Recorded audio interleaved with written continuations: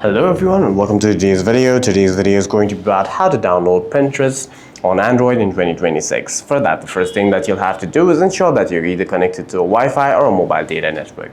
If you're connected to a Wi-Fi network, then Wi-Fi icon will be seen on your status bar. If you're connected to a mobile data network, then 4G or 5G will appear next to your network status. The other thing that you must do is head over to settings on your device, scroll all the way down, hit about phone, scroll down again, hit software information, and make sure that your Android version is at least Android 8.0 or higher.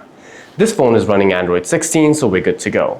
After that, you can simply head over to your app drawers, search bar, and then search for Play Store in the search bar. Open up Play Store, head over to Play Store search, and then in the search bar, type in Pinterest. Hit go or enter on your keyboard again, and then right next to Pinterest, you'll see the install icon. Hit the install icon. Do remember that you must be logged into your Google account to download any apps from your Play Store. If not, then you'll be prompted to log into your Google account before downloading any apps.